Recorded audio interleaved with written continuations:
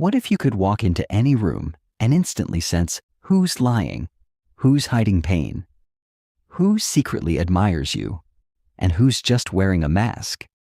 What if you could decode human behavior, not through magic, but through science? Every blink, every shift, every pause tells a story. And once you learn to read it, nothing about people will ever be a mystery again. In this audiobook, you'll discover the secret psychology behind body language, facial expressions, energy shifts, and emotional signals, even the ones people don't want you to see. This isn't manipulation. This is mastery. This isn't judgment. It's empathy sharpened by awareness. Because when you truly learn to read people, you don't just understand them. You connect, influence, protect, and lead with unshakable clarity. Welcome to the science of reading people, where perception becomes your greatest power. Chapter 1. The Hidden Language of Human Behavior. Reading people begins not with hearing what they say, but with observing what they do. Before a person utters a single word, their body has already spoken volumes. From the way they walk into a room to how they hold their hands while speaking, every movement broadcasts a message. Human beings evolved to communicate with gestures long before language was developed, and those nonverbal cues still make up over 60% of how we communicate today. A slight shift in posture can indicate discomfort. A genuine smile involves the eyes. A microexpression, a flash of emotion lasting less than a second, can reveal someone's true feelings, even when they try to hide them.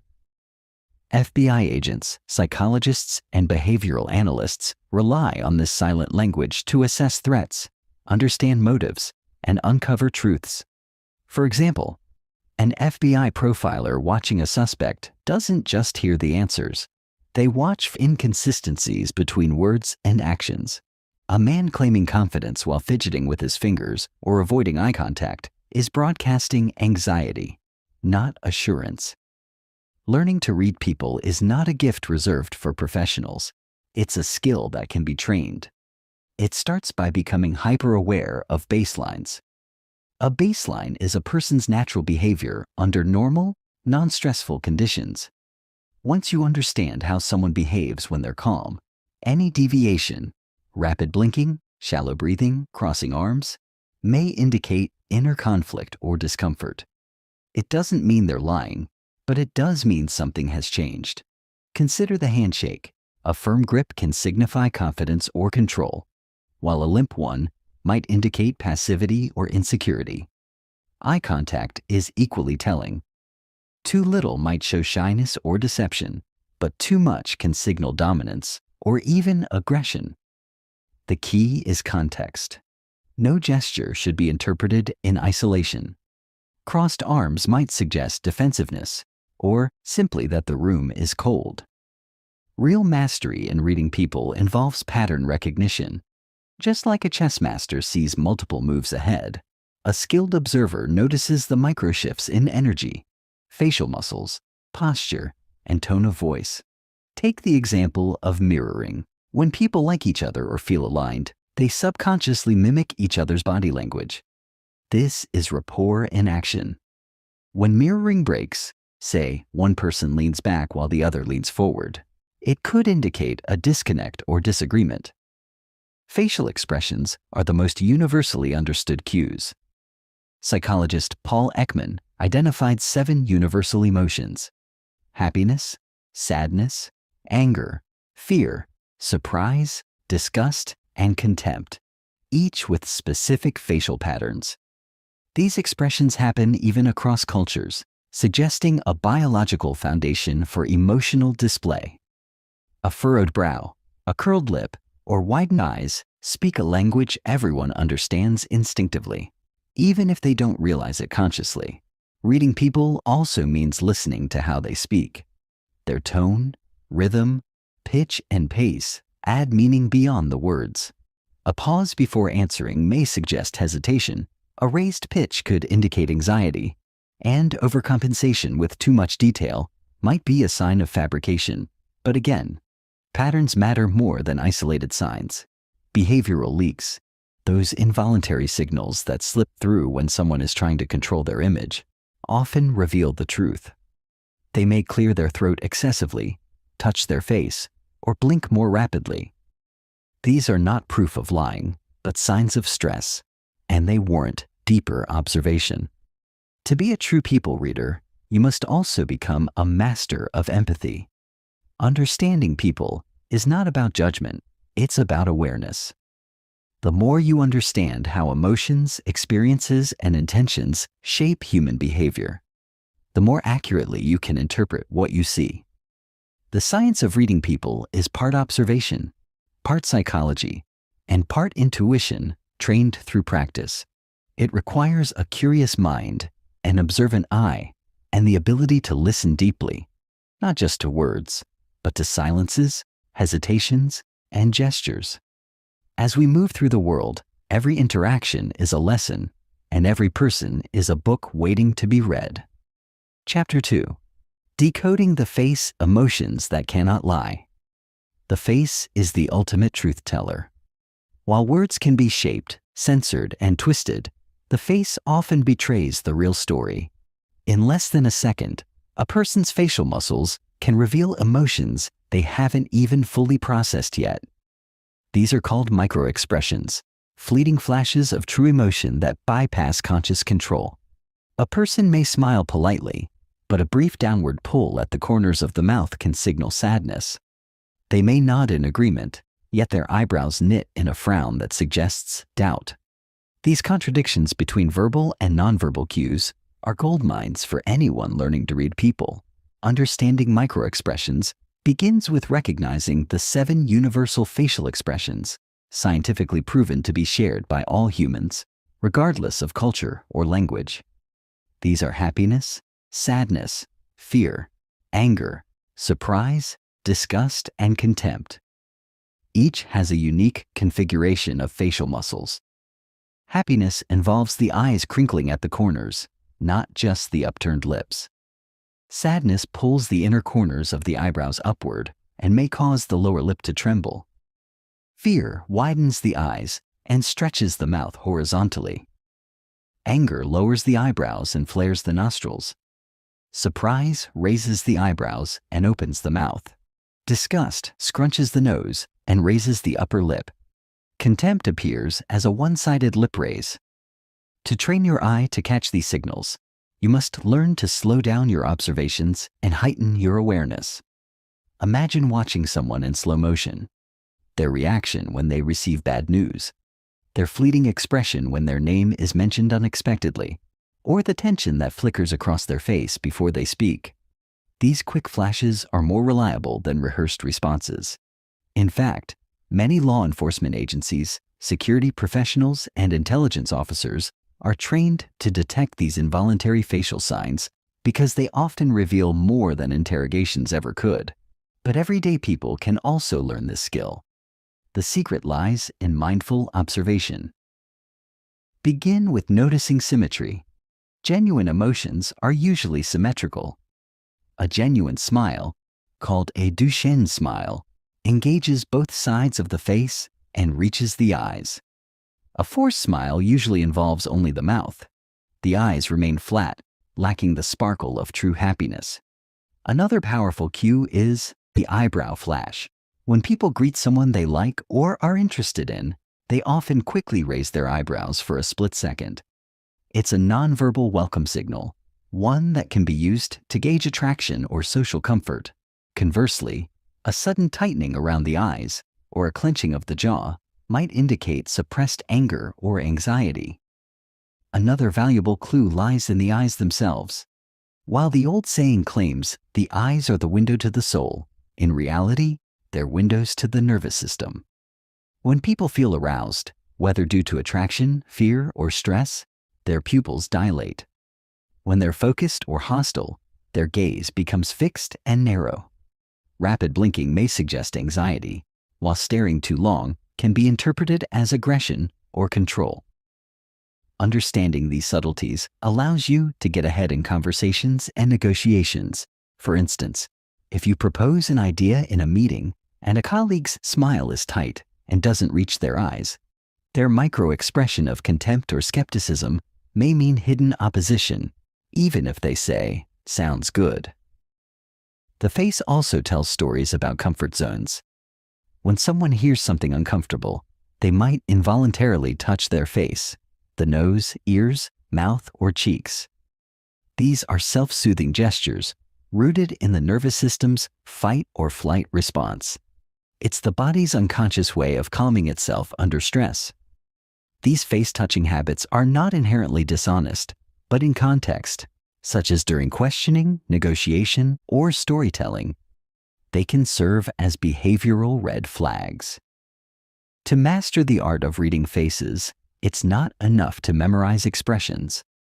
You must match them to context, emotional intensity, and congruence with speech. Does the person look surprised and genuinely taken aback when hearing news? Or did the surprise come a moment too late, suggesting it was acted? Timing is everything in microexpression analysis. As you hone this skill, you'll begin to trust your instinct more. You'll feel when something is off, even before your brain identifies what it is. This is the subconscious part of pattern recognition working in your favor. With enough practice, you'll spot subtle shifts in expression that alert you to lies, manipulation, interest, fear, or delight, long before the person puts it into words.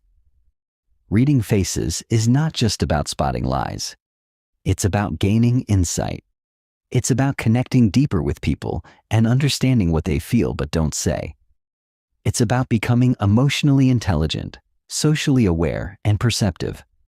When you know what to look for, the face becomes a map, and every wrinkle, twitch, and blink is a landmark on the road to human truth. Chapter 3. Body Language. The silent messenger of the mind. Before people open their mouths, their bodies start speaking. The way someone enters a room, stands during a conversation, or shifts weight from one leg to another is not random. It's a story in motion.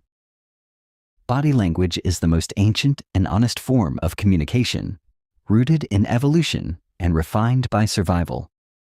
Our ancestors had to detect danger, trustworthiness, and intention not by words, but by observing movement and posture. Today, we are still hardwired to respond to those cues, whether we realize it or not. Every gesture, conscious or unconscious, transmits a signal. Open palms suggest honesty and openness. Crossed arms can indicate defensiveness or discomfort. Leaning forward shows interest and engagement. Leaning back might signal dominance, arrogance, or disengagement. The key is not to isolate these signals, but to observe them in clusters and patterns. One gesture may be meaningless on its own, but when several signals align, the message becomes clear. For example, if someone crosses their arms, avoids eye contact, and leans away, that trio likely means discomfort or resistance. Posture is a primary indicator of confidence or insecurity. Confident people tend to stand tall, with shoulders back and head held high. Insecure or submissive individuals often make themselves smaller. Hunched shoulders, downward gaze, hands folded in front of the body. In group dynamics, confident individuals often take up more space. They stretch, lean back, gesture widely. This is a territorial signal, often subconscious. When someone invades another's personal space, it can be a sign of aggression, dominance, or intimacy, depending on the relationship. The feet are the most honest part of the body. While people often control their facial expressions and hand gestures, they rarely think about their feet. If someone's feet point toward the door during a conversation, it may mean they want to leave. When engaged and interested, a person's feet point toward the individual they're speaking with. Shifting weight frequently or tapping toes may indicate impatience or nervousness. Hand movements also carry powerful messages. When someone uses their hands to emphasize speech, open gestures, palms facing upward, it usually signals openness, honesty, and confidence. Hands behind the back, in pockets, or constantly fidgeting may indicate discomfort or a desire to hide. Steepling fingers, placing fingertips together to form a triangle, is a classic power gesture, often used by those in control or trying to assert dominance.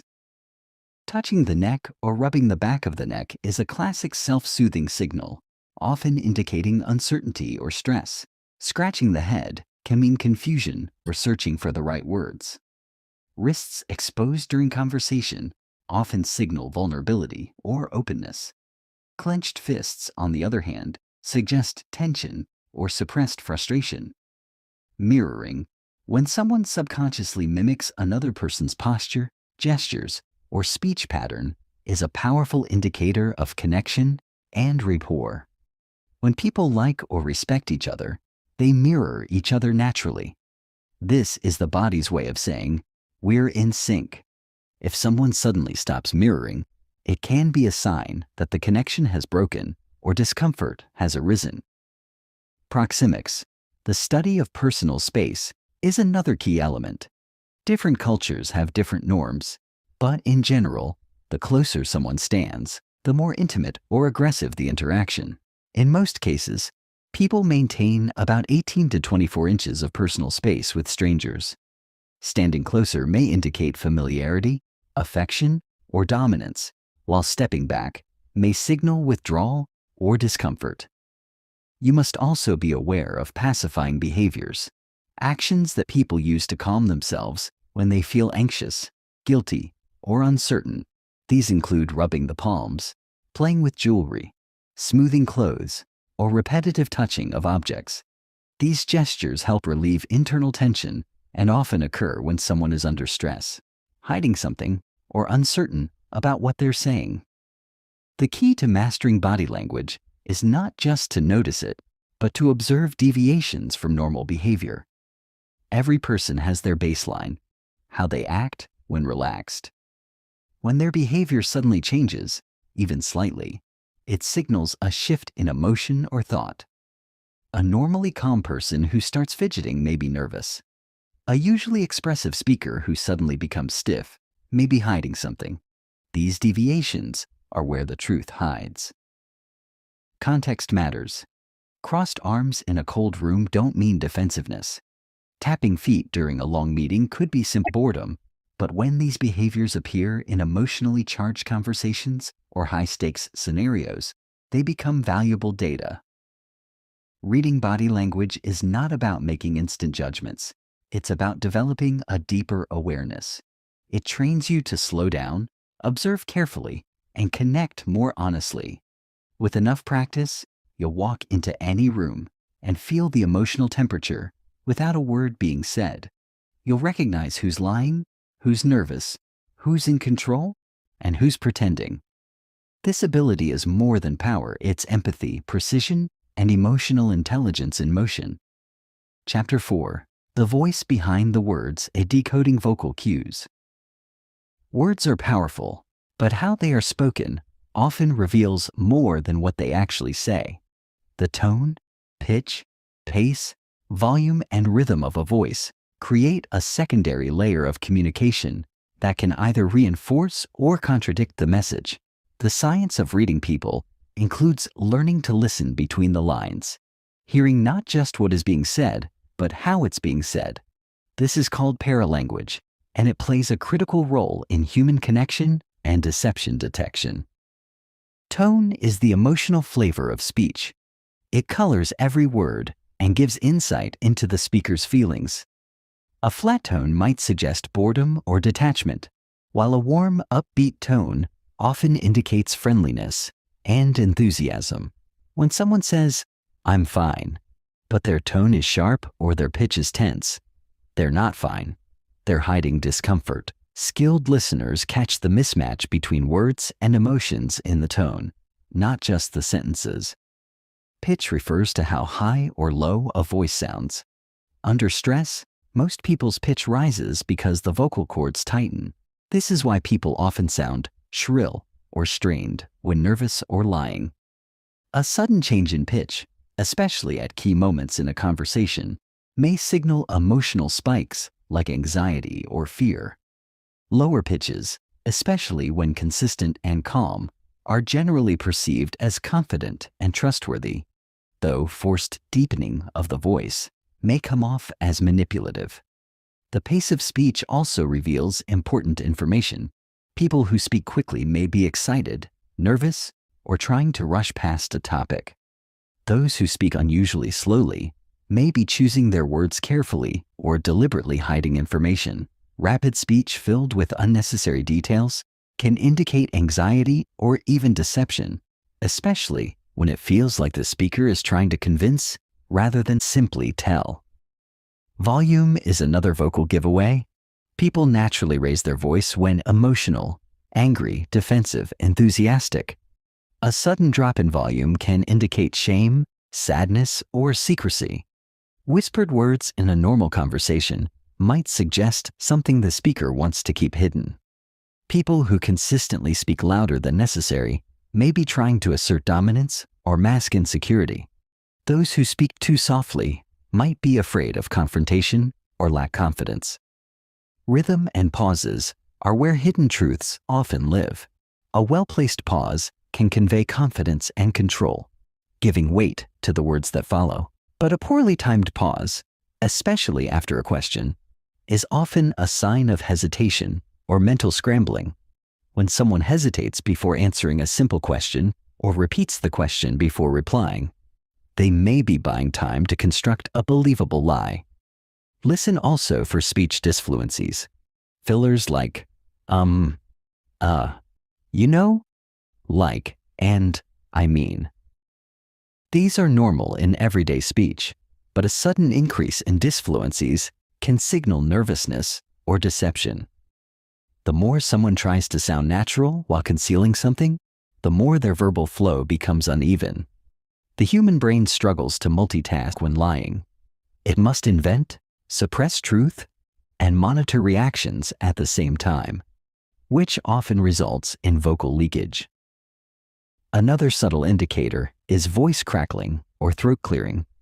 When someone is anxious or feels pressure, their vocal cords tighten and the throat dries out. That's why people often cough or clear their throat unconsciously when about to lie or during a stressful moment. It's a physiological reaction to tension, not a sign of illness. A skilled observer also notices how a person modulates their voice across different social contexts. Does someone sound overly polite in public but aggressive in private? Do they use a different tone when speaking to someone they view as inferior? These shifts reveal how they see themselves, others, and their social status.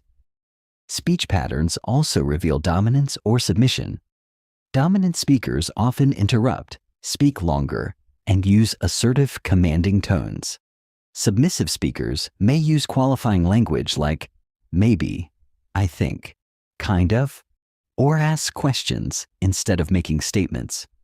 The words, I'm sorry, used excessively may not reflect genuine apology, but rather a conditioned response to avoid conflict or please others. When interpreting vocal cues, always match the voice to the situation. Is the speaker's emotion appropriate to the moment? Is the excitement real, or does it sound forced? Is the sadness in their voice matching the story they're telling? These alignments, or misalignments, are the key to reading truth and authenticity. Remember that the voice is connected to the emotional center of the brain. You don't just hear words. You hear fear, excitement, doubt, joy, anger, and grief. The more you train your ear, the more you'll develop a kind of emotional echolocation, detecting what others feel by how their words echo emotionally. Reading people through their voice isn't about judging or catching them in a lie. It's about tuning in. It's about listening not just with ears, but with full attention and emotional sensitivity. Whether in a business negotiation, a date, a job interview, or a family conversation, mastering vocal cues will give you the upper hand, not to manipulate others, but to understand them more deeply. Now, Chapter 5, Spotting Lies. The Psychology of Deception. Lying is a human behavior as old as language itself. People lie to protect themselves, to gain advantage, to avoid consequences, or simply to save face. But no matter how well someone constructs a lie, the body often tells a different story. Understanding the psychology of deception means recognizing that lying creates cognitive dissonance, a mental conflict between what a person knows to be true and what they are saying. This conflict generates stress, and stress leaves clues. Contrary to popular belief, liars are not always nervous, shifty-eyed, or fidgeting. In fact, experienced liars often overcompensate by maintaining steady eye contact, speaking calmly, and limiting movement to avoid suspicion. This is why baseline behavior is essential. You must know how someone behaves when they're telling the truth before you can detect deception. A deviation from their norm, no matter how subtle, often signals dishonesty. One of the first signs of deception is a disconnect between verbal and nonverbal communication.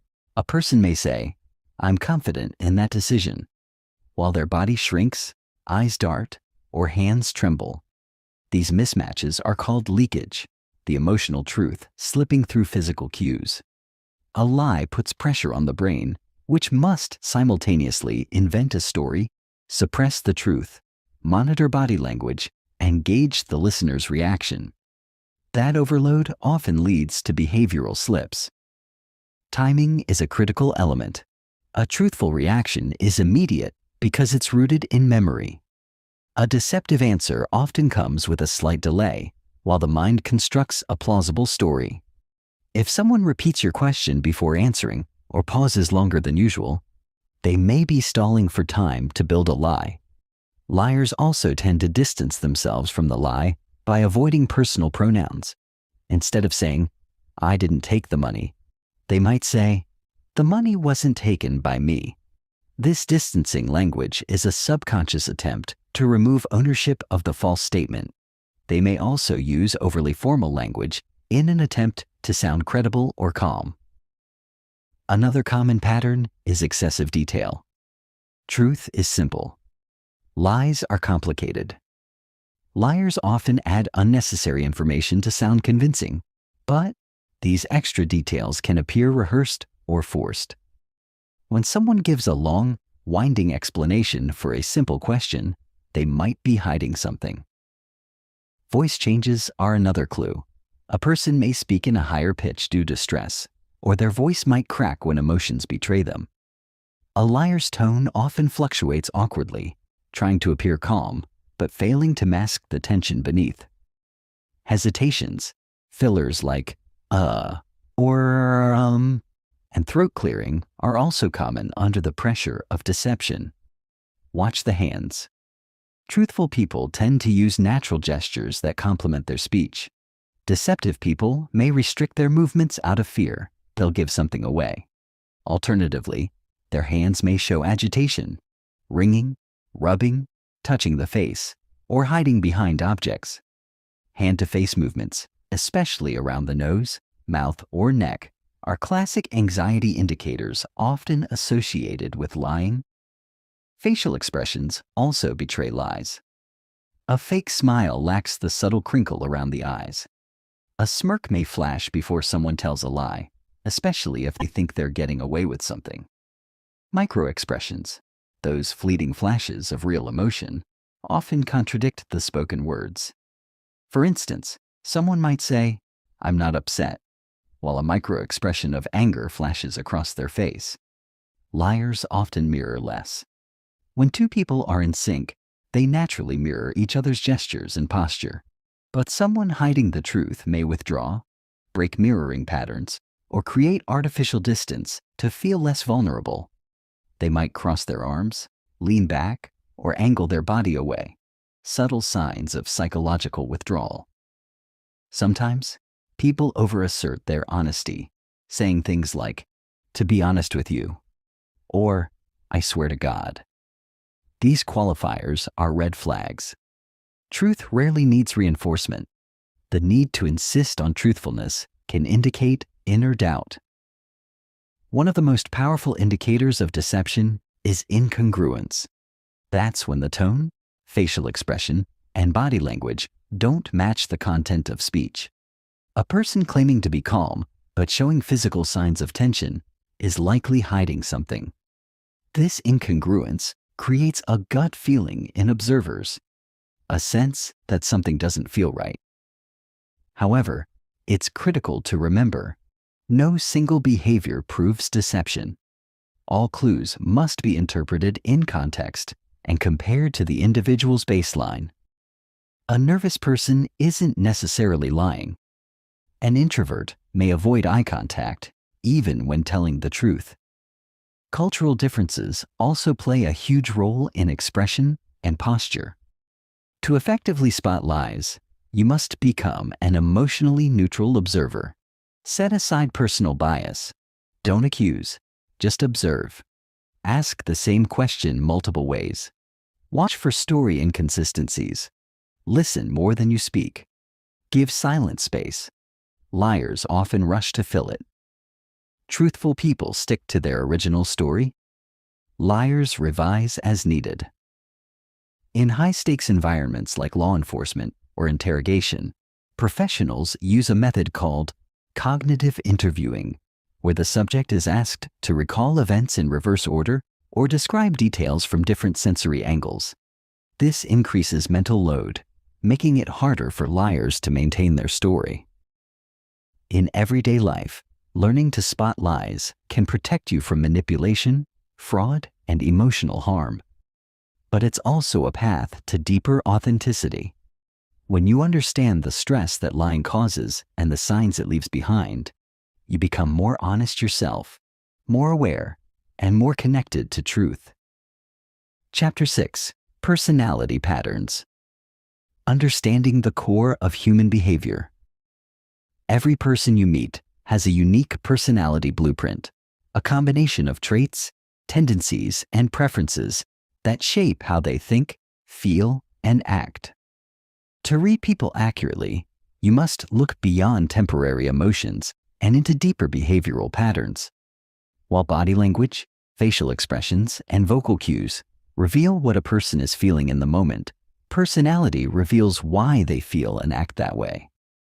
The science of reading people, therefore, is incomplete without understanding personality types. At the heart of human behavior lies predictability. People are surprisingly consistent when you learn what drives them. Some people avoid conflict at all costs. Others lean into dominance. Some seek validation through approval, while others thrive in solitude and independence. These patterns repeat across time, relationships, and environments. Your job as a reader of people is to identify them. One of the most effective tools for identifying personality is the Big 5 Personality Traits model. These 5 traits, openness, conscientiousness, extroversion, agreeableness, and neuroticism, create a framework for understanding individual differences. Openness reflects creativity, imagination, and a desire for new experiences. People high in openness are curious and flexible thinkers. They may wear unconventional clothing, express deep philosophical thoughts, or enjoy abstract conversations. Low openness may appear in people who prefer routine, tradition, and concrete facts. Conscientiousness reveals how organized, responsible, and goal-oriented a person is. High conscientiousness often shows in punctuality, neat appearance, structured speech, and focused behavior. These individuals are planners and rule followers. Low conscientiousness may reveal itself in scattered thoughts, missed deadlines, or spontaneous actions without preparation. Extroversion is about energy direction, outward versus inward. High extroversion people are expressive, energetic, and socially dominant. They maintain eye contact, use wide gestures, and enjoy social engagement. Low extroversion individuals, or introverts, may speak softly, prefer solitude, and think deeply before responding. They aren't shy, they're selective. Agreeableness shows up in warmth, empathy, and cooperation. Highly agreeable people smile frequently, nod often, and prioritize harmony over conflict. They may hesitate to disagree even when they have strong opinions. Low agreeableness, in contrast, manifests in bluntness, criticism, and a confrontational tone. These individuals aren't necessarily rude, they're direct. Neuroticism reflects emotional stability. People high in neuroticism are prone to anxiety, mood swings, and emotional reactivity. They may over-apologize, appear tense, or struggle to hide discomfort. Low neuroticism individuals remain calm under pressure, speak steadily, and show emotional control even during conflict. Beyond the Big Five, there are classic personality archetypes found in psychology and behavioral science. One such framework is the DISC model. Dominant personalities are assertive, results-driven, and direct. Influential types are social, enthusiastic, and expressive. Steady types are dependable, patient, and loyal. Compliant types are analytical, detail-focused, and cautious. You can spot these patterns by observing how people make decisions, respond to stress, interact in groups, and handle authority. A dominant person often takes control in group settings, interrupts others, and speaks in firm tones. An influential type uses humor, gestures, and stories to connect. A steady person supports others, avoids confrontation, and prefers predictability. A compliant individual asks detailed questions and may appear skeptical until they've reviewed facts. The key to reading personality is watching behavior over time. Anyone can appear friendly once. Anyone can act withdrawn when tired. But patterns emerge across repeated interactions. Watch how a person behaves in different settings: work, family, public. Do they change dramatically or remain consistent? This consistency reveals their core personality, not just surface emotion. Another important dimension is understanding attachment styles, which influence how people behave in relationships.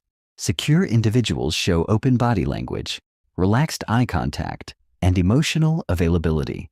Anxious individuals may appear clingy, overly expressive, or hypervigilant to signs of rejection. Avoidant types may seem distant, emotionless, or disinterested. These styles form early in life and deeply influence adult communication and trust behaviors.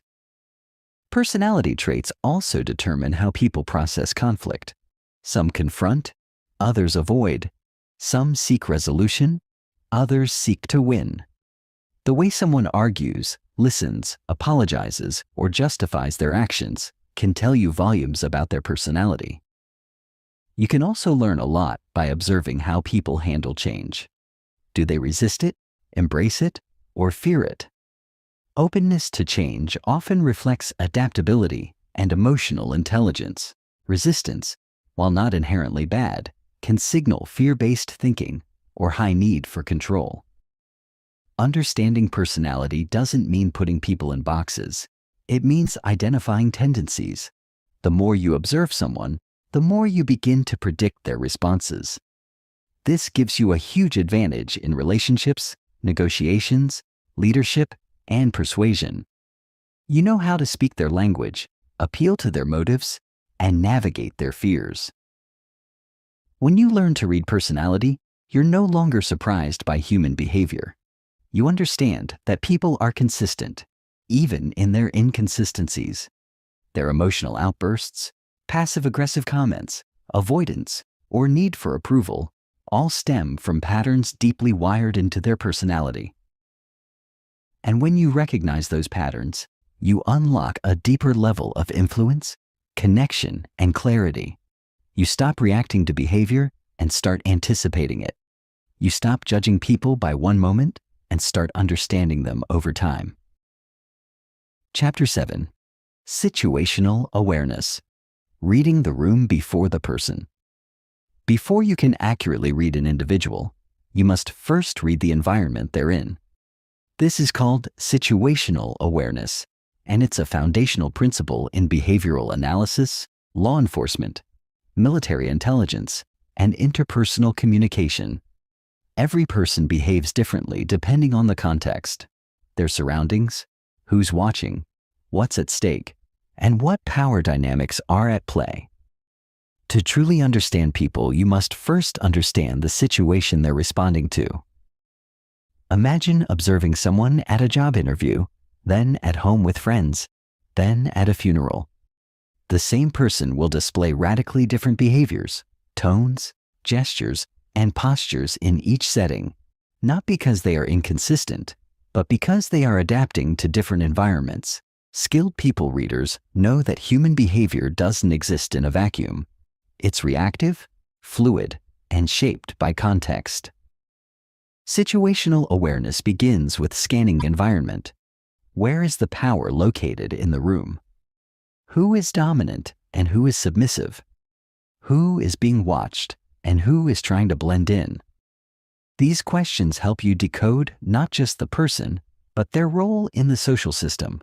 For example, in a corporate meeting, the body language of employees might seem unusually stiff, not because they're dishonest or anxious by nature, but because the CEO just walked in. In this case, stress behaviors are situational, not personal. The physical environment also influences behavior. A crowded, noisy space may lead to more closed-off body language, arms crossed, minimal eye contact, shorter speech patterns, not because someone is unfriendly, but because they're overstimulated. A person seated at the head of a table may appear more authoritative, not because of confidence, but because the position itself conveys status. The environment shapes posture, tone, and interaction style, often unconsciously.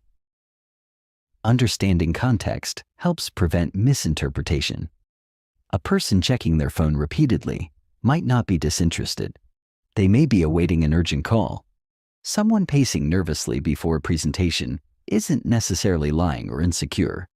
They may just be anxious about public speaking.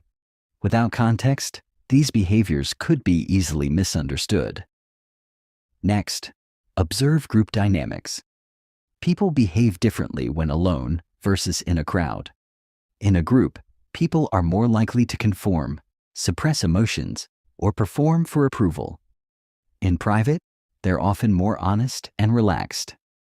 Notice who leads the conversation, who agrees silently, who interrupts, and who stays quiet. Silence can be louder than words in a group setting. Also, study social alignment. Watch who mirrors whom, who physically turns toward whom, who leans in when someone else speaks. Mirroring and orientation tell you who respects or follows whom. If a person speaks but no one makes eye contact or leans in, it indicates low social influence. If others mimic their posture or respond immediately, they likely hold authority or admiration within the group. Emotional temperature is another key layer of situational awareness. Is the room filled with tension, boredom, excitement, or conflict? Are people sitting upright with alert expressions or slouched with tired eyes? You don't need anyone to say a word. You can feel the energy. This emotional climate affects individual behavior. A usually confident speaker might appear tense, not because they're insecure, but because the room is cold and unwelcoming. In high-stakes environments like negotiations, courtrooms, or boardrooms, context becomes even more critical. People perform. They calculate their behavior. They manage impressions. This is why seasoned observers don't just look at what someone is doing, but ask, what would I do if I were in their position? Empathy fuels accurate observation. When you step into their shoes, considering their role, fears, motivations, and audience, you begin to interpret behavior more intelligently. Even time of day can influence behavior. People tend to be sharper, more alert, and more emotionally regulated in the morning. Fatigue, hunger, and mental overload in the afternoon can create irritation, impatience, and short answers, not because of personality, but because of biology. When people experience situational pressure, like being watched, judged, challenged, or questioned, their true stress signals appear. This is when the most authentic microexpressions, vocal cracks, and body shifts surface. That's why interrogators and behavioral analysts often create controlled discomfort, because stress reveals what comfort hides. To train yourself in situational awareness, practice scanning rooms without focusing on individuals first. Ask, what is the power hierarchy here? What emotion is most present in the space? Who feels safe and who feels exposed? Who is performing and who is genuine? What external pressures may be shaping behavior? Only after reading the room do you zero in on a person's specific behaviors. This prevents misjudgments and increases your accuracy. Behavior always makes more sense when placed in context. Remember, people are adaptive creatures. We shape ourselves to survive, to win approval, to avoid rejection. We adjust based on the people around us and the environment we occupy. When you master the ability to read the situation, you stop blaming individuals for every behavior and start seeing the deeper patterns at play. The world becomes clearer, people's motives become visible, and your ability to influence, persuade, and connect multiplies. Not because you control the situation, but because you understand it better than anyone else in the room. Chapter 8. Emotional Intelligence Feeling. What others can't say. Reading people isn't only about observing actions or decoding signals. It's about feeling what they feel. At the core of human understanding lies emotional intelligence, EQ, the ability to recognize, understand, and respond to the emotions of others and yourself. Without EQ, even the most skilled observer becomes a cold analyst. With it, you become not just a reader of people, but a connector of hearts. Emotional intelligence begins with empathy, not sympathy, not pity, but the raw ability to step into another's emotional world without needing to fix, advise, or escape. It's sensing sadness behind a smile. It's hearing the pain in someone's silence. It's recognizing when someone's anger is actually fear wearing armor.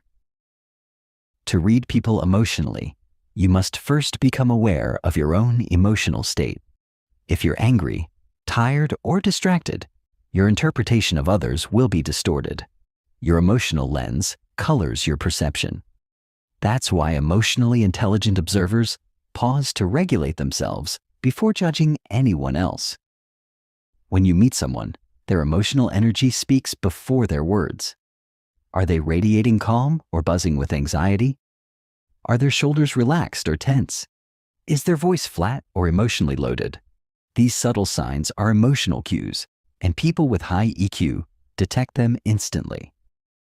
Start by listening for emotional subtext. Someone might say, "I'm fine," but their voice cracks and their eyes avoid yours. The emotionally intelligent listener hears what wasn't said. People rarely say what they mean in emotionally charged situations. Instead, they test waters, drop hints, or wrap their truth in humor. EQ is the radar that catches what others miss. Another key to EQ is non-reactivity. When someone shows anger or defensiveness, low EQ people escalate, raising their voice, defending themselves, or shutting down. High EQ individuals lean in. They slow down. They ask, "What's really going on?" This emotional presence disarms tension and creates trust. The emotionally intelligent also recognize emotional transitions. A person may enter a room full of joy and exit with heavy silence. Something happened. EQ notices the shift and gently investigates. "You seemed excited earlier? Everything still okay?" That single observation can open a door most people walk past. High EQ includes reading emotional consistency. Is someone's reaction proportionate to the situation?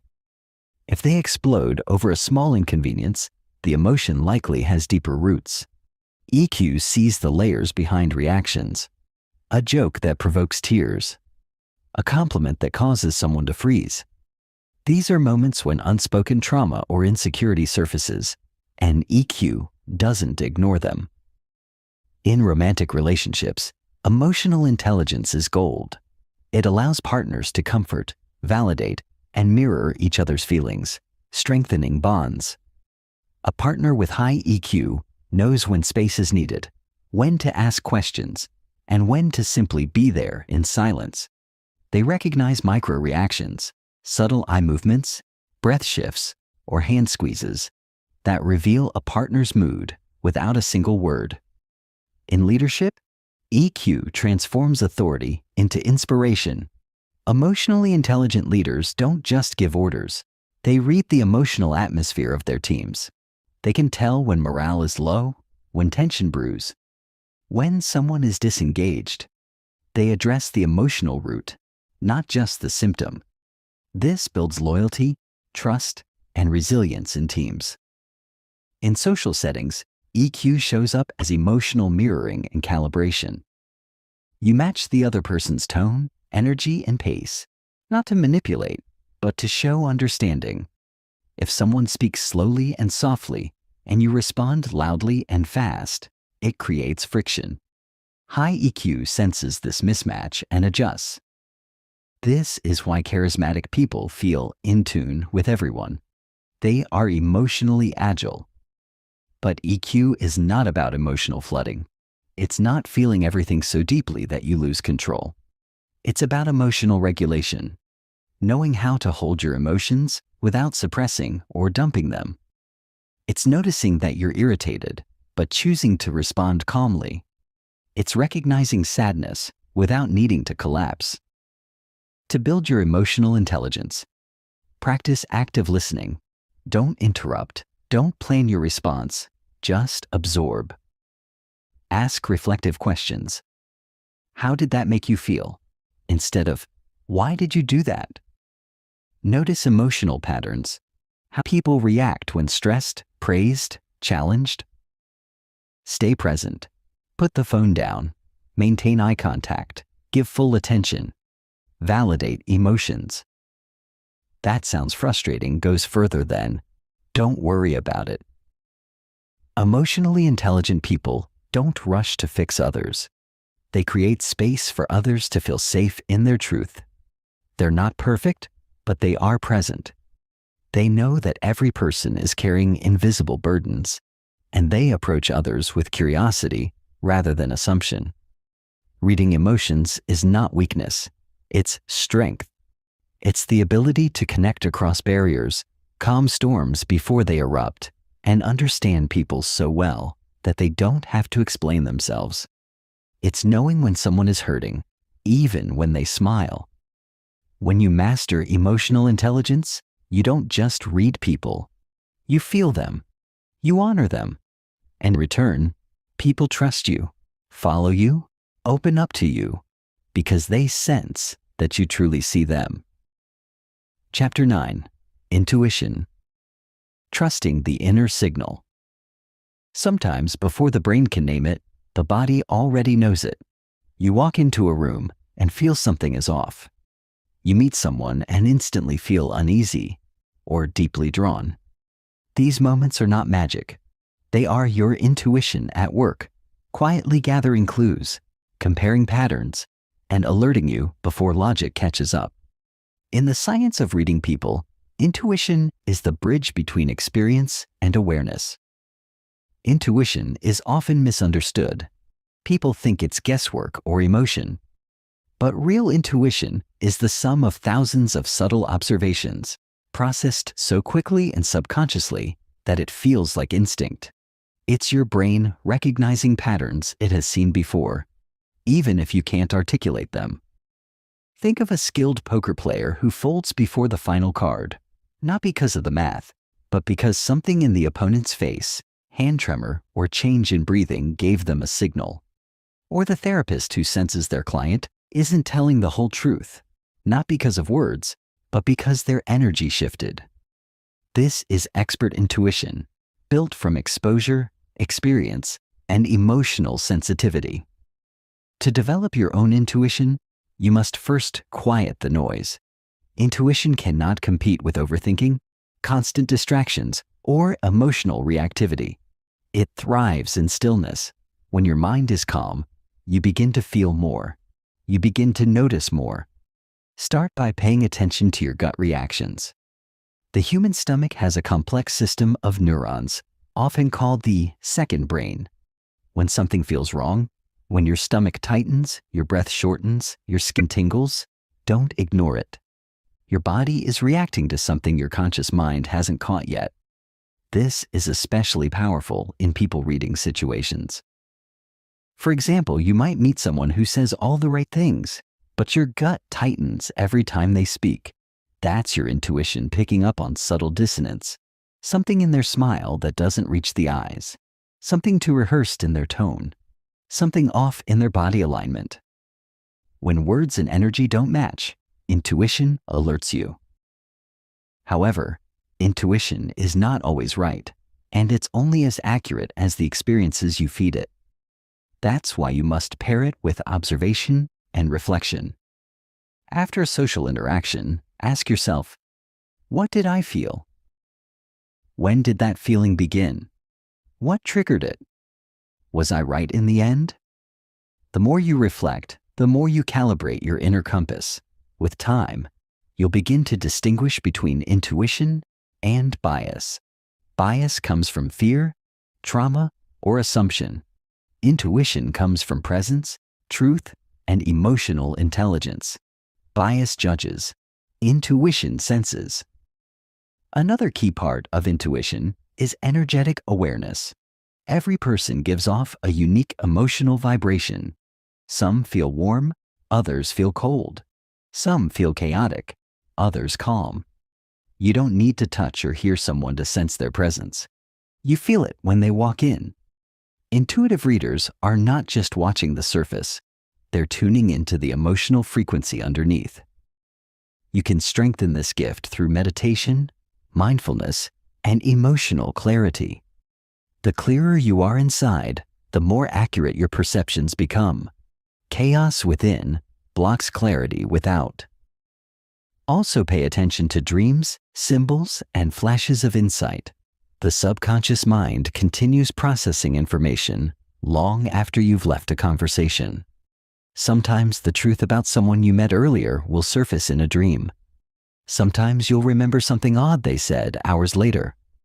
Trust those delayed downloads. They're not accidents. They're your inner mind organizing truth.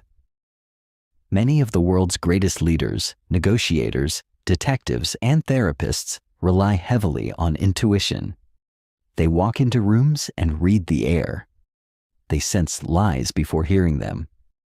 They feel betrayal before proof appears. Not because they're psychic, but because they've trained their mind and heart to be deeply aware. Remember this, your intuition is a sacred tool. It is not loud. It whispers. It doesn't argue, it nudges. The more you trust it, the sharper it becomes. The more you ignore it, the quieter it gets. In a world of noise and performance, intuition is your most loyal guide. In reading people, intuition fills the gaps that logic cannot. It tells you when someone is dangerous even if they smile. It shows you who's genuine, even when they speak little. It saves time, protects you, and leads you toward truth. But the foundation of all intuition is self-trust. You must believe in your own perception. When you know yourself deeply, you can sense others clearly.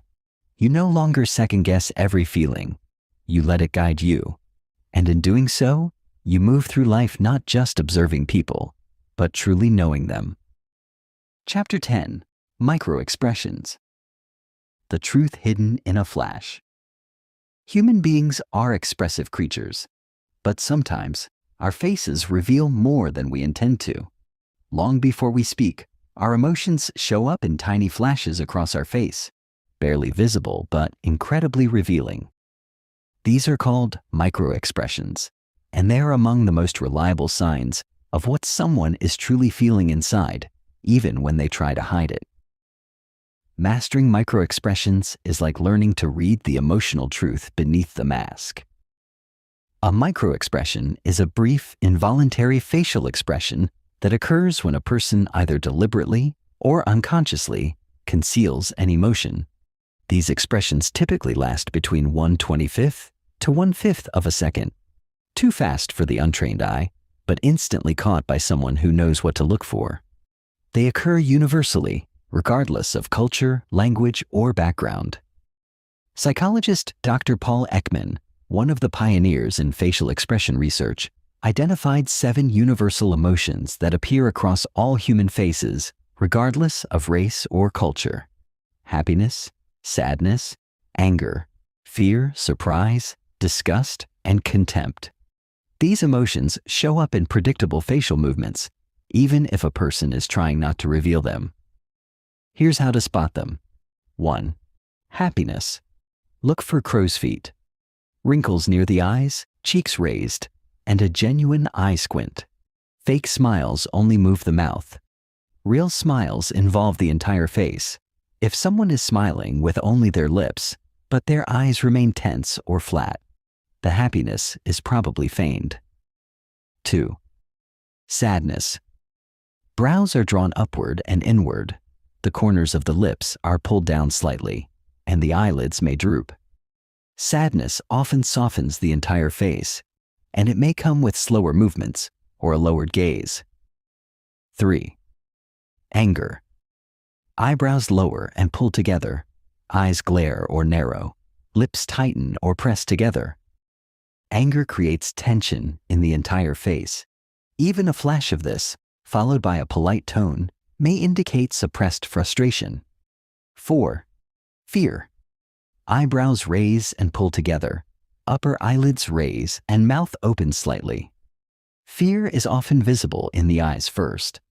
If someone suddenly shows widened eyes and tensed features, even for a moment, they may feel threatened or caught. 5. Surprise. Eyebrows shoot up, eyes widen, and mouth opens. But unlike fear, the muscles aren't tense. Surprise is neutral and short-lived.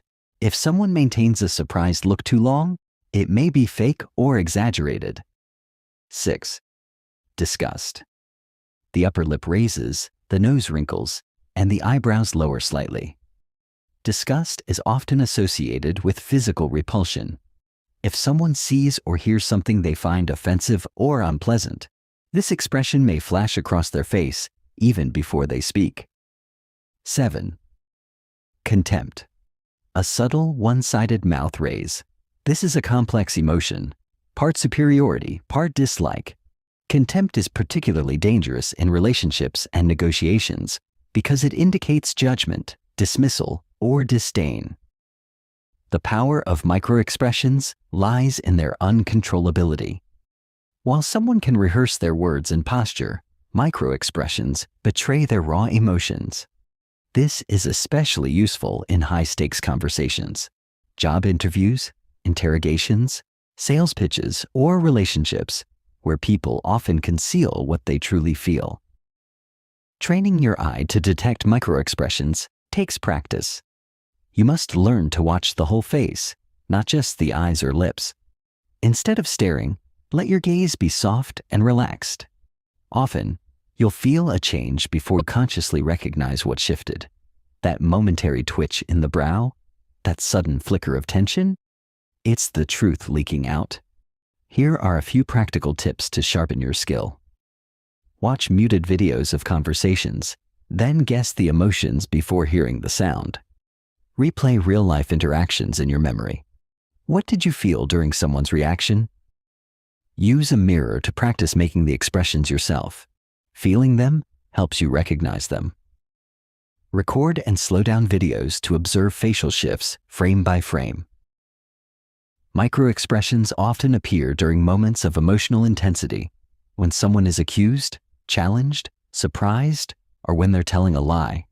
These flashes may contradict their words. A person saying, "I'm not angry" with an angry microexpression is likely suppressing the truth. But as always, context is king. A microexpression is a clue, not a conviction. Don't jump to conclusions. Combine facial reading with tone, posture, timing, and baseline behavior. If someone shows a flash of fear while discussing a business idea, it might not mean they're lying.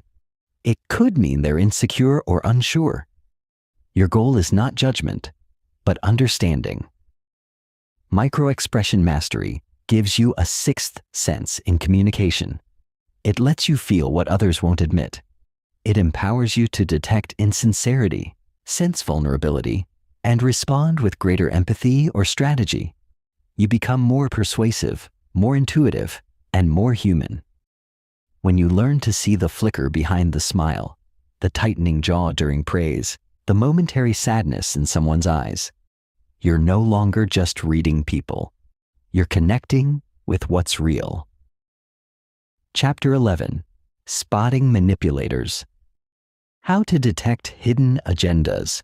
In the complex world of human interaction, not everyone is honest, kind, or well-intentioned. Some people wear masks not to hide vulnerability but to control, deceive, and manipulate. These individuals are often skilled at playing roles, creating illusions, and bending reality to serve their goals. To protect yourself and others, you must learn to recognize manipulators, not through paranoia but through pattern recognition, behavioral awareness, and emotional clarity. Manipulators aren't always obvious. They rarely show up shouting or snarling. In fact, they're often charming, attentive, and well-spoken. They know how to say what you want to hear, how to push your buttons, and how to twist your emotions subtly over time. Their power comes from their ability to mask intentions and exploit weaknesses. One of the first signs of a manipulator is inconsistency. They say one thing, do another. They promise, then disappear. They shift stories, change opinions, or deny earlier statements. This inconsistency isn't due to forgetfulness, it's a tactic. By keeping you confused, they gain control. When you're unsure of what's real, they step in to define reality for you.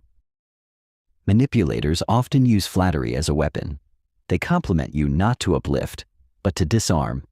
They build trust quickly, showering you with praise and validation, so you let your guard down.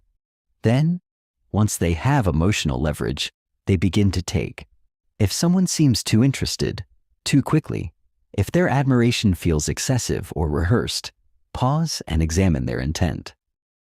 Another red flag is guilt tripping. Manipulators are masters of emotional pressure. They say things like, "After all I've done for you, this is how you treat me? I guess I'm just not important to you. If you really cared, you would." These statements are not sincere expressions of hurt. They're strategic plays designed to make you feel responsible for their emotions and actions. They hijack your compassion and use it to control your choices.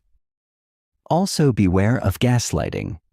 This is a form of psychological manipulation where the person makes you doubt your memory, perception, or sanity. For example, "I never said that. You must be imagining things. You're too sensitive. You always overreact." You're the one causing all these problems. Over time, gaslighting erodes confidence, leaving you dependent on the manipulator's version of reality. If you constantly second-guess yourself around someone, that's a warning sign. Manipulators also love to use triangulation, bringing in a third person to validate their point or create jealousy. They may say, "Everyone agrees with me. You're the only one who doesn't get it. My ex never treated me this way." Even your friends think you're overreacting. This technique isolates you and makes you question your judgment. It subtly positions the manipulator as the reasonable one and you as the irrational one. In relationships, manipulators often oscillate between idealization and devaluation. At first, you're perfect, everything they've ever wanted. But once they sense emotional control, the charm fades. Criticism begins. You're not good enough. You're too much. Then, when you pull away, they love bomb you again, just enough to pull you back in. This cycle is addictive and emotionally damaging. Manipulators avoid accountability. They deflect blame, make excuses, or play the victim. If you confront them, they may cry, explode, or accuse you of being the problem. Their goal is not resolution, it's power. They don't want to grow, they want to dominate. To protect yourself, you must listen to your emotional responses. Do you feel drained after talking to them? Do you feel small, guilty, or anxious? Do your words get twisted? Do you walk on eggshells? These are not normal dynamics. They're indicators of manipulation. Watch for pattern control tactics such as interrupting or dominating conversations, ignoring your boundaries or testing your limits, using silence or withdrawal as punishment, turning others against you through gossip or lies. These behaviors aren't about communication. They're about psychological control. But here's the truth. Manipulators only thrive where self-trust is weak.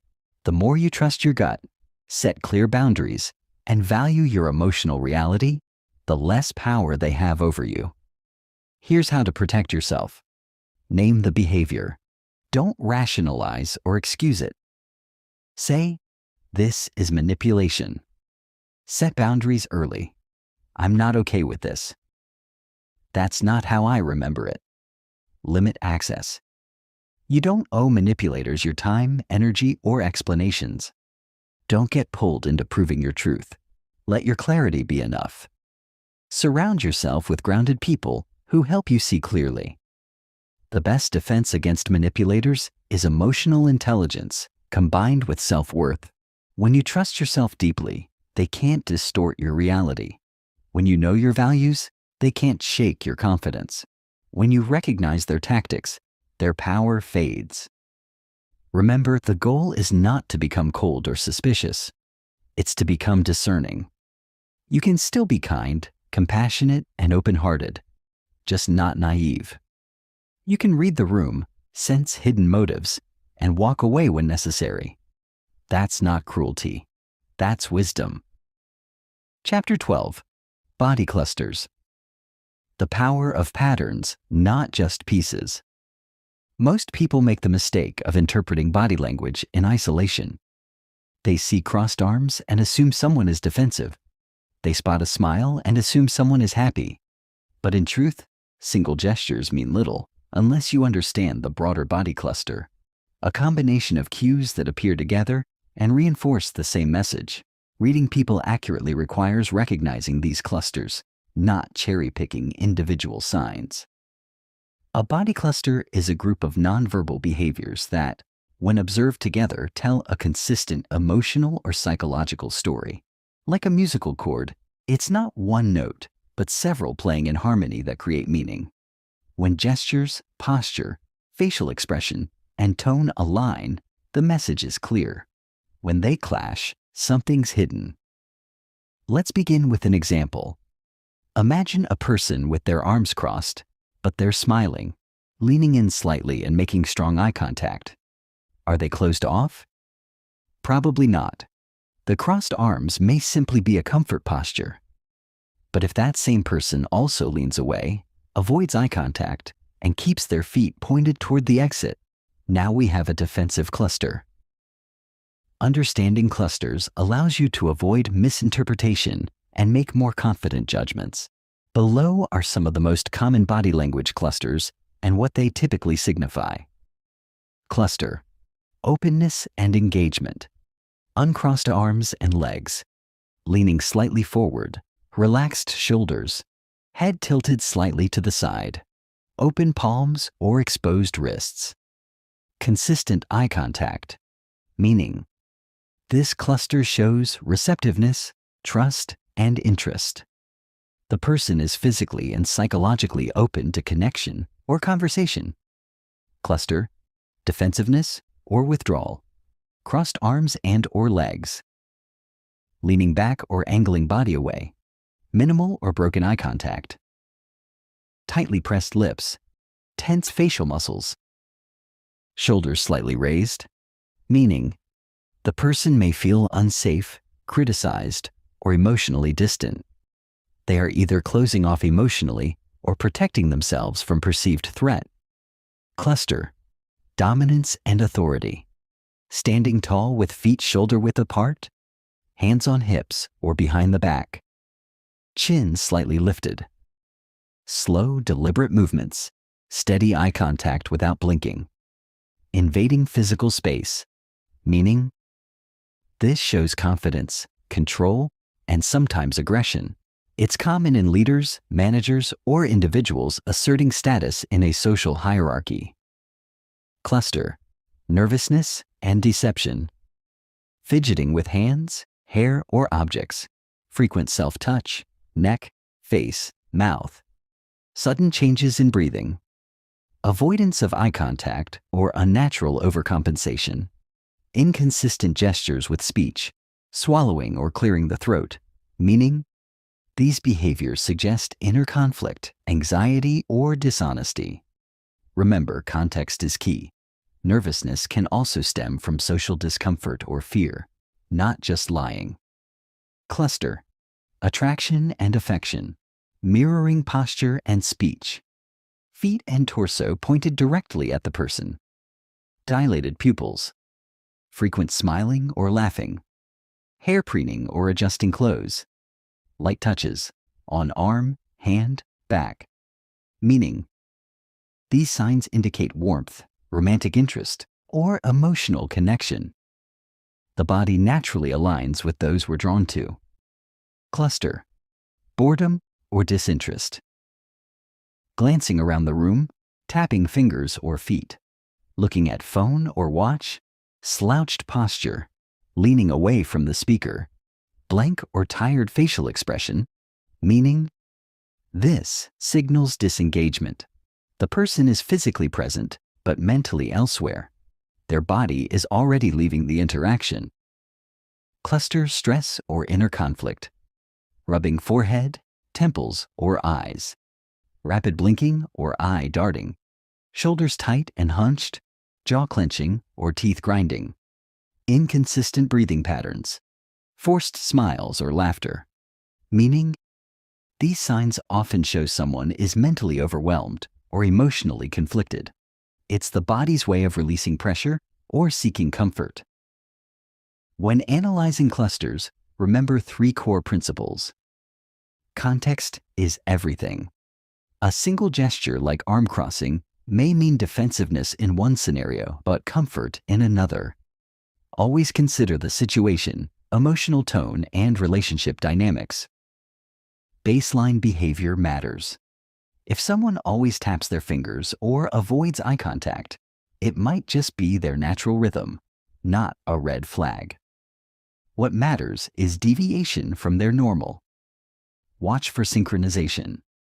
Truthful people tend to move in sync. Their words match their tone and gestures. Deceptive or guarded individuals often show asynchrony, smiling while speaking negative words, nodding while saying no, or pausing too long before answering. The best body language readers are not quick to judge. They are slow to conclude, but quick to notice.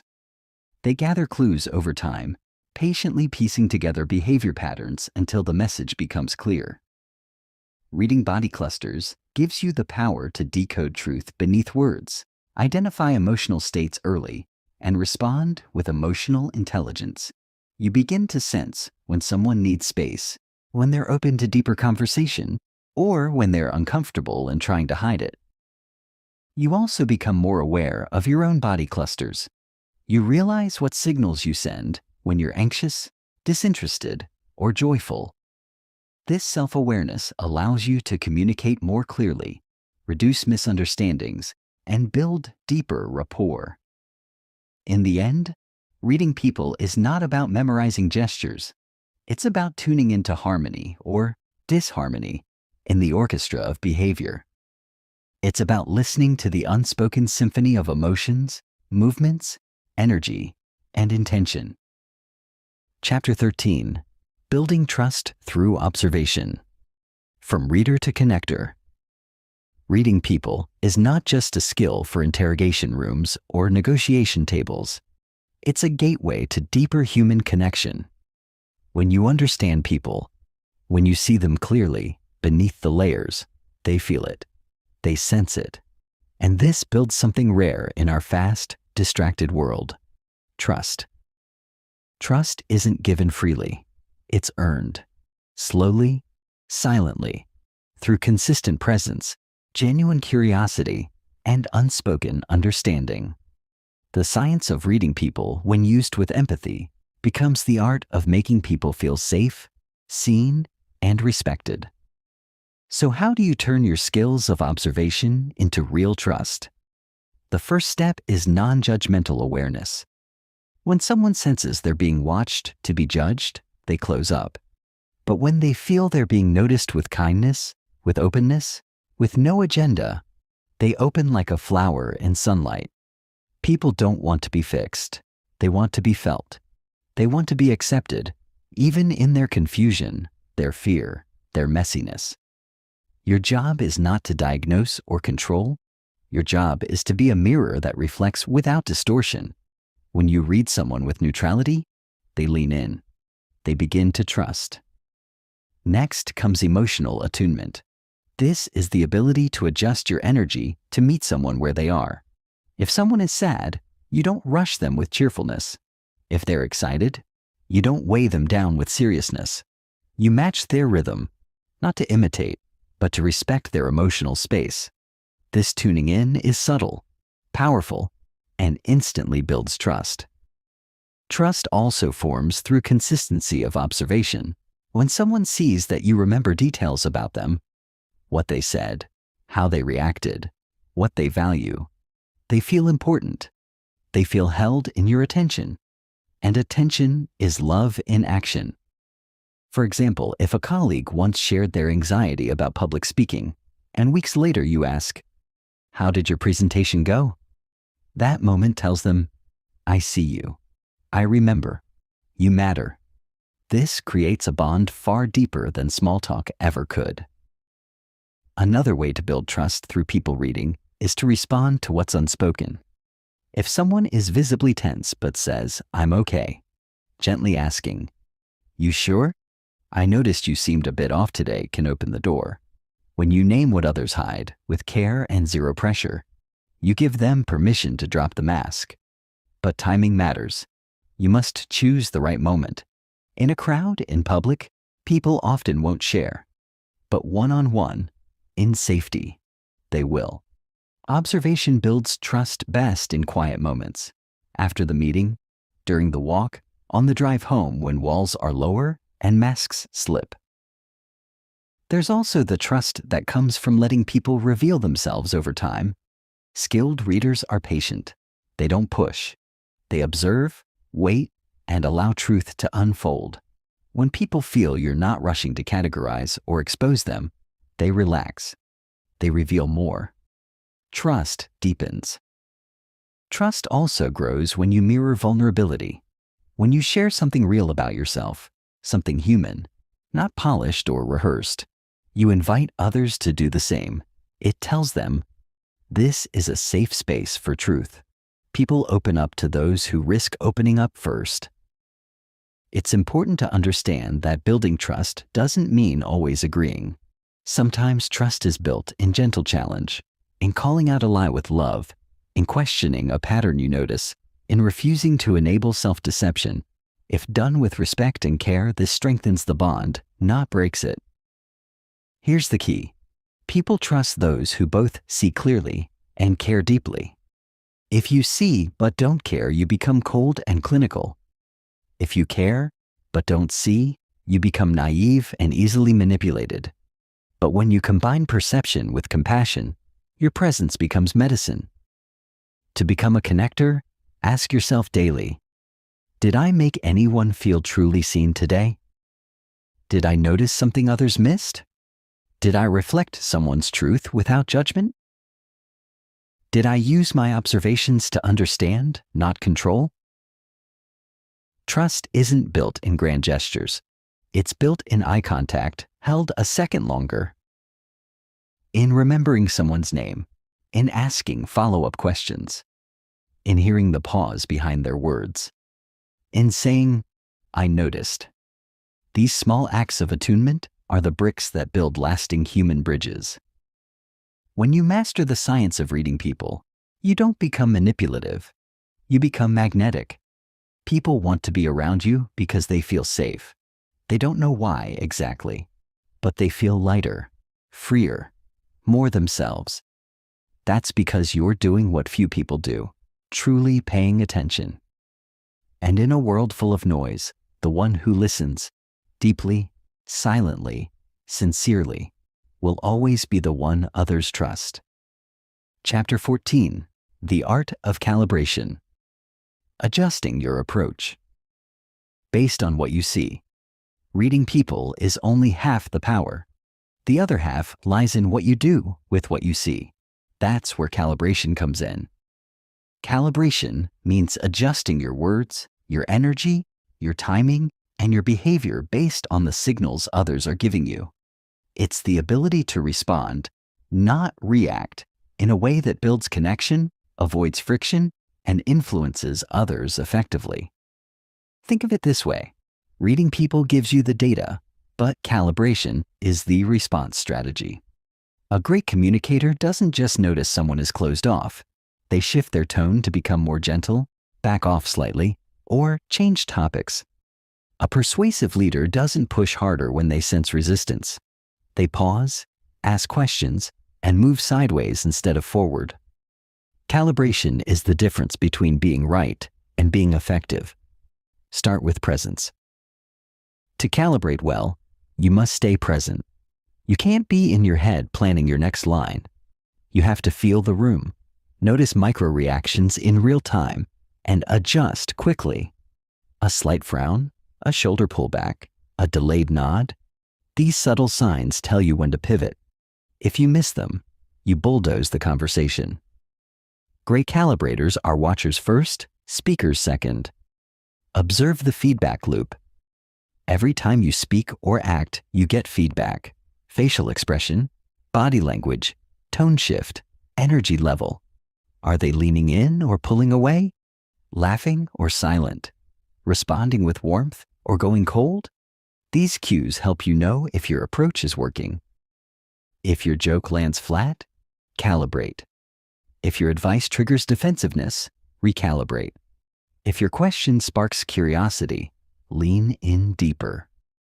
Calibration isn't manipulation. It's adaptation. It shows emotional intelligence, social awareness, and respect for the other person's experience. Calibrate your energy. One of the fastest ways to create connection or tension is energy mismatch. If someone is soft-spoken and reflective, and you come in loud and fast, they'll likely withdraw. If someone is energetic and passionate, and you're monotone and slow, they'll disengage. The key is energy mirroring, not mimicry, but alignment. Raise or lower your intensity to meet theirs. It creates comfort and trust. Once rapport is built, you can slowly guide them into your desired energy zone. Calibrate your questions. Good readers know what questions to ask. Great calibrators know when and how to ask them. If someone is tense, don't ask direct or confrontational questions. Try gentle curiosity. What's been on your mind lately? You seem a bit distracted. Want to talk about it? If someone is guarded, avoid asking for personal details immediately. Build safety first. If someone is open and emotional, go deeper with, what did that moment teach you? How did that really feel for you? The tone of your question, supportive versus interrogative, matters more than the words themselves. Calibrate your silence.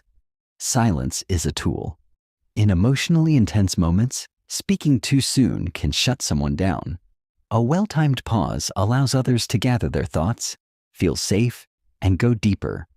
If someone shares something vulnerable, don't rush to comment. Sit in the silence. Let them know you're fully there. Sometimes the best calibration is doing nothing, just holding space. Calibrate based on roles and hierarchy. Your approach should shift depending on the power dynamics. You don't speak to a nervous intern the same way you do to a confident CEO. You don't challenge a client like you would a close friend. Understanding someone's role and how they see themselves helps you calibrate your communication style. High-status individuals often prefer direct, concise language. Sensitive individuals respond better to warmth and validation. Analytical thinkers appreciate logic and structure. Emotional types want to feel heard before being offered solutions. Know your audience, then adjust. Calibrate in conflict. In conflict, calibration becomes survival. If someone is angry, you don't match their volume, you lower yours. If they blame, you don't defend, you reflect. If they shut down, you don't push, you soften. The goal is not to win, but to de-escalate and understand. Emotionally intelligent calibrators disarm defensiveness, not by being passive, but by being centered and responsive.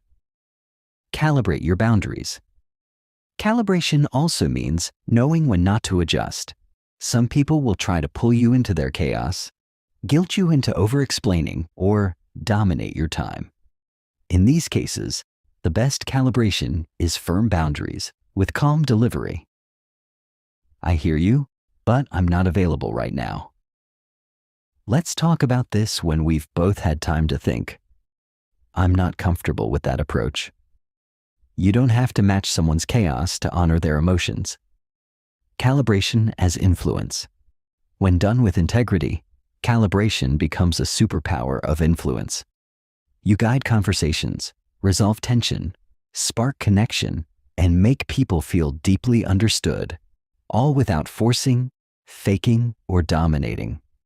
You become a social chameleon with a spine, flexible, yet rooted in truth. In moments of high emotion or importance, people remember how you made them feel. If you can read their cues and calibrate accordingly, they'll feel safer with you than almost anyone else. That trust opens doors that logic never could. In a world obsessed with output, saying the right thing, winning the argument, closing the deal, calibration is the quiet, powerful skill of feeling your way through. It doesn't shout, it doesn't push, it adapts, aligns, and connects with precision. You stop being tone-deaf. You stop being emotionally blind.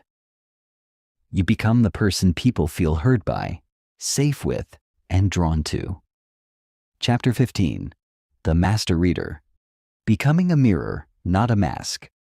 By now, you've uncovered a powerful truth. Reading people is not about control. It's about connection. It's not about having an edge over others. It's about standing with them, not above them. When you become a master reader of people, you don't manipulate, you illuminate. You become the one who sees the storm behind the smile, the story behind the silence, the strength behind the struggle. And that makes you unforgettable. Master readers don't rely on tricks or tactics. They rely on awareness, presence, and humanity. They walk through life with a quiet clarity, tuned into more than just words. They see people not as categories, roles, or profiles, but as breathing, feeling, layered beings. And because of this, they build relationships others can't. So what does it take to reach this level? It begins with humility. The more you observe, the more you realize how much lies beneath the surface. The more deeply you listen, the less you need to speak. Master readers don't boast about their skills. They embody them. They don't tell people what they see.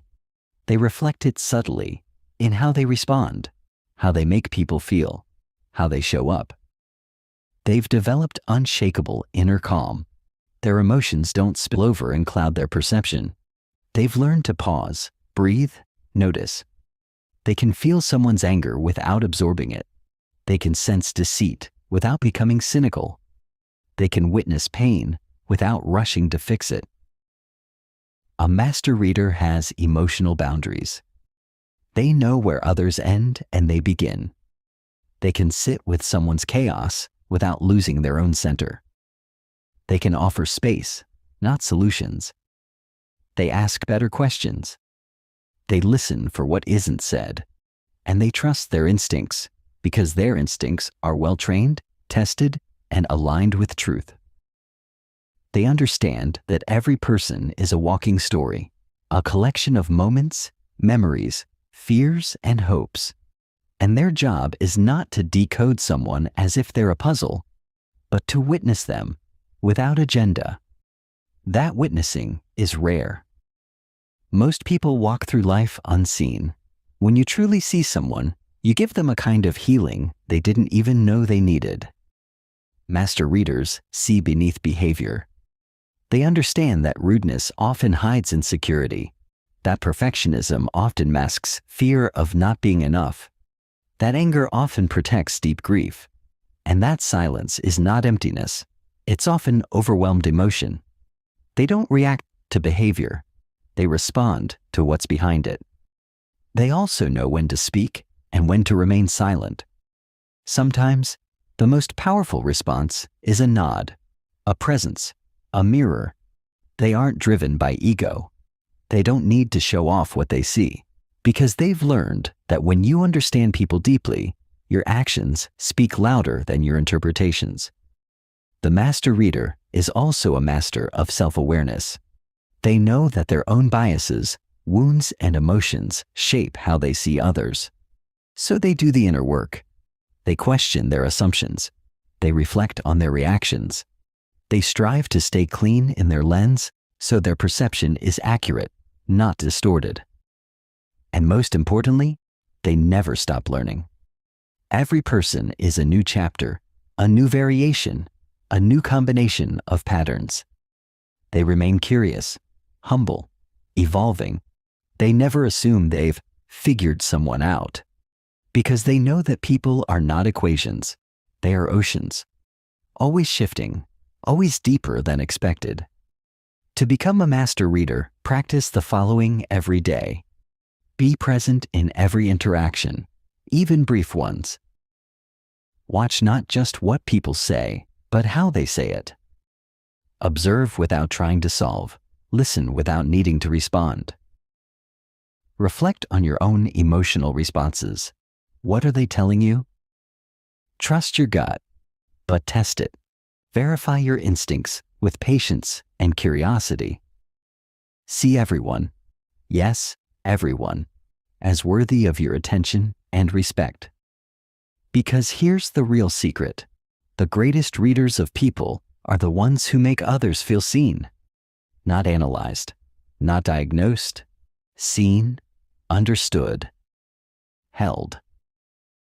And when you become that person, you don't just read people, you transform them.